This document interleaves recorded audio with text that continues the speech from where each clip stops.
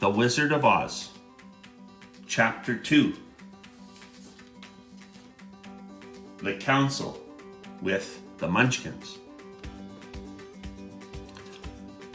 She was awakened by a shock, so sudden and severe that if Dorothy had not been lying on the soft bed, she might have been hurt.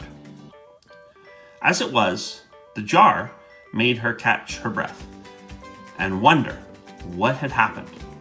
And Toto put his cold little nose onto her face and whined dismally.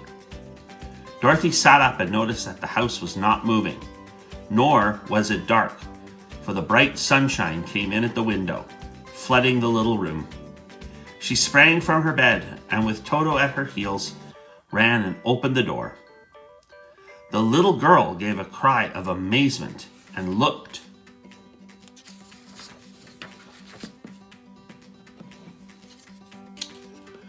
About her,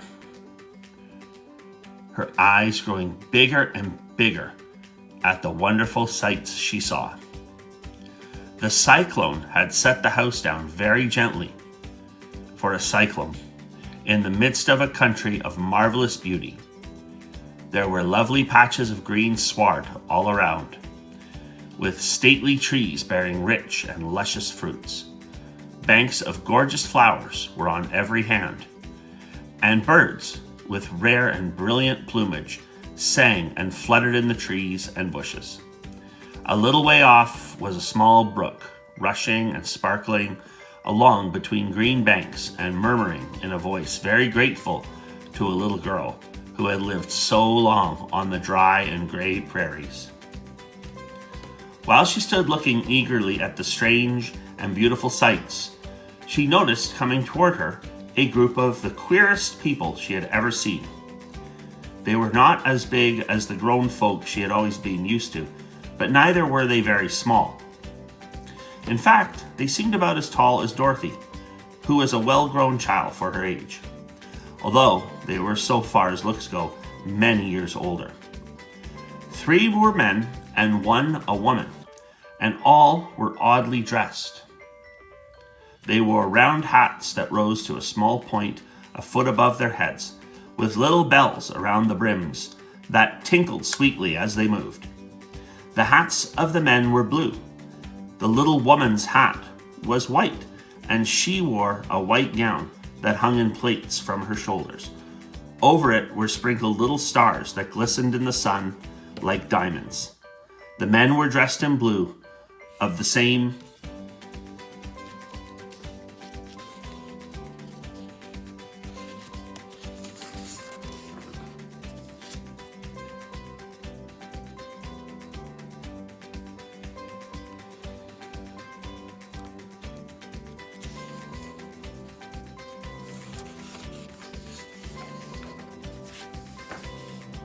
The men were dressed in blue of the same shade as their hats and wore well-polished boots with a deep roll of blue at the tops. The men, Dorothy thought, were almost as old as Uncle Henry, for 2 of them had beards. But the little woman was doubtless much older. Her face was covered with wrinkles, her hair was nearly white, and she walked rather stiffly. When these people drew near the house where Dorothy was standing in the doorway, they paused and whispered among themselves, as if afraid to come farther. But the little old woman walked up to Dorothy, made a low bow, and said in a sweet voice, "You are welcome, most noble sorceress, to the land of the Munchkins. We are so grateful to you for having killed the wicked witch of the East and for setting our people free from bondage." Dorothy listened to this speech with wonder. What could the little woman possibly mean by calling her a sorceress and saying she had killed the wicked witch of the East? Dorothy was an innocent, harmless little girl who had been carried by a cyclone many miles from home, and she had never killed anything in all her life. But the little woman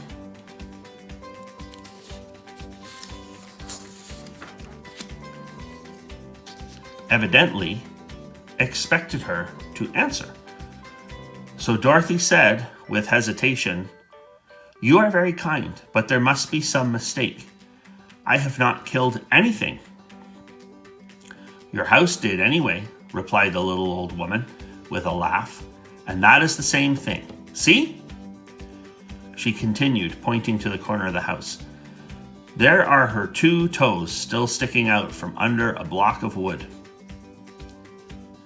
Dorothy looked and gave a little cry of fright. There, indeed, just under the corner of the great beam the house rested on, 2 feet were sticking out, shod in silver shoes with pointed toes. Oh dear," cried Dorothy, clasping her hands together in dismay. "The house must have fallen on her. Whatever shall we do?" "There's nothing to be done," said the little woman calmly. "But who was she?" asked Dorothy. "She was the Wicked Witch of the East, as I said," answered the little woman. "She has held all the Munchkins in bondage for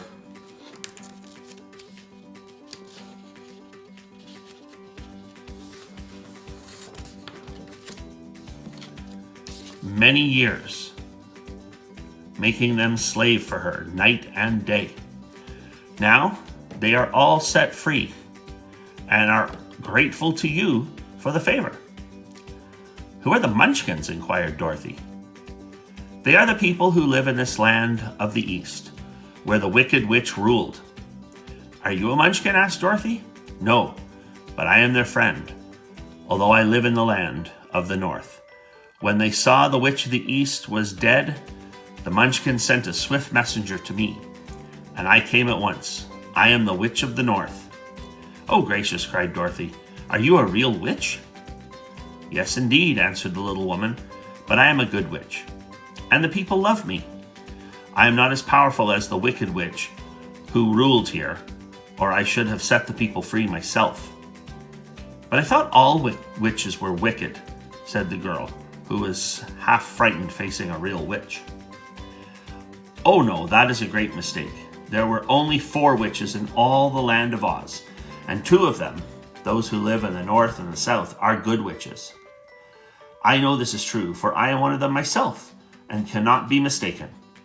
Those who dwelt in the east and west were indeed wicked witches, but now that you have killed one of them, there is but one wicked witch in all the land of Oz, the one who lives in the west." "But," said Dorothy after a moment's thought, "Aunt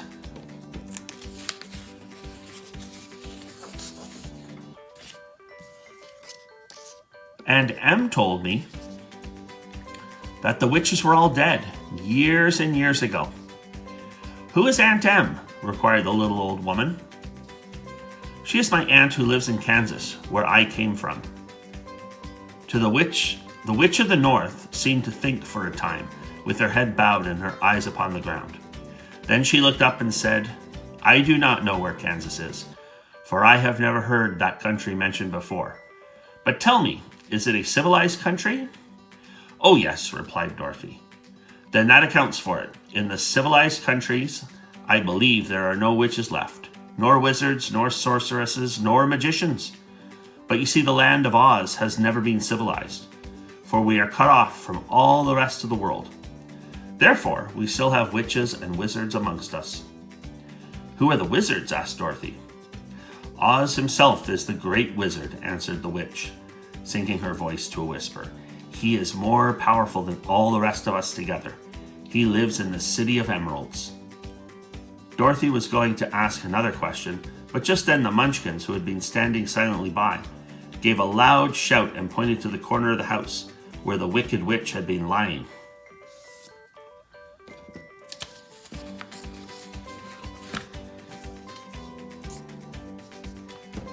"What is it?"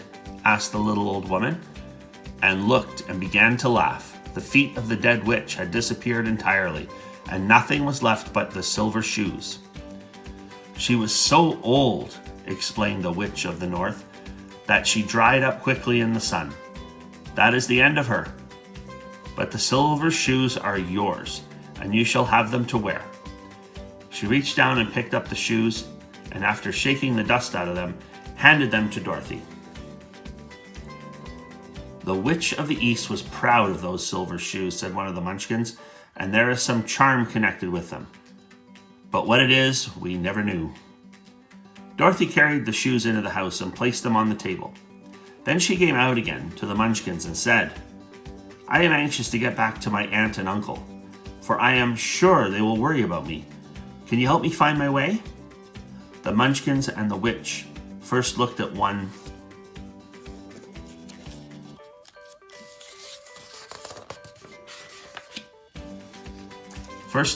another, and then Dorothy, and then shook their heads. "At the east, not far from here," said one, "there is a great desert, and none could live to cross it." "It is the same at the south," said another, "for I have been there and seen it. The south is the country of the Quadlings." "I am told," said the third man, "that it is the same at the west, and that country, where the Winkies live, is ruled by the wicked witch of the west, who would make you her slave if you passed her way." "The north is my home," said the old lady, "and at its edge is the same great desert that surrounds this land of Oz. I'm afraid, my dear, you will have to live with us." Dorothy began to sob at this, for she felt lonely among all these strange people. Her tears seemed to grieve the kind-hearted Munchkins, for they immediately took out their handkerchiefs and began to weep also.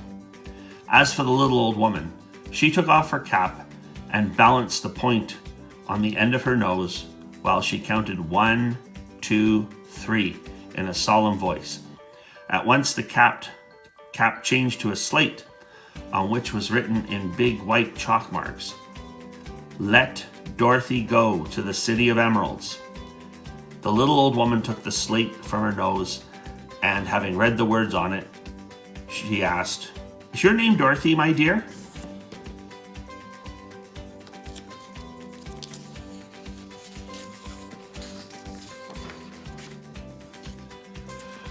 "Yes," answered the child, looking up and drying her tears.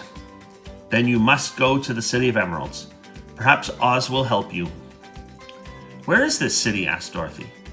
"It is exactly in the center of the country, and is ruled by Oz, the great wizard I told you of." "Is he a good man?" inquired the girl anxiously. "He is a good wizard. Whether he is a man or not, I cannot tell, for I have never seen him." "How can I get there?" asked Dorothy. "You must walk. It is a long journey through a country that is sometimes pleasant and sometimes dark and terrible. However, I will use all the magic arts I know of to keep you from harm." "Won't you go with me?" pleaded the girl, who had begun to look upon the little old woman as her only friend. "No, I cannot do that," she replied, "but I will give you my kiss, and no one will dare injure a person who has been kissed by the Witch of the North." She came close to Dorothy and kissed her gently on the forehead. Where her lips touched the girl, they left a round, shining mark, as Dorothy found out soon after. "The road to the City of Emeralds is paved with yellow brick," said the witch, "so you cannot miss it. When you get to Oz, do not be afraid of him, but tell your story and ask him to help you. Goodbye, my dear."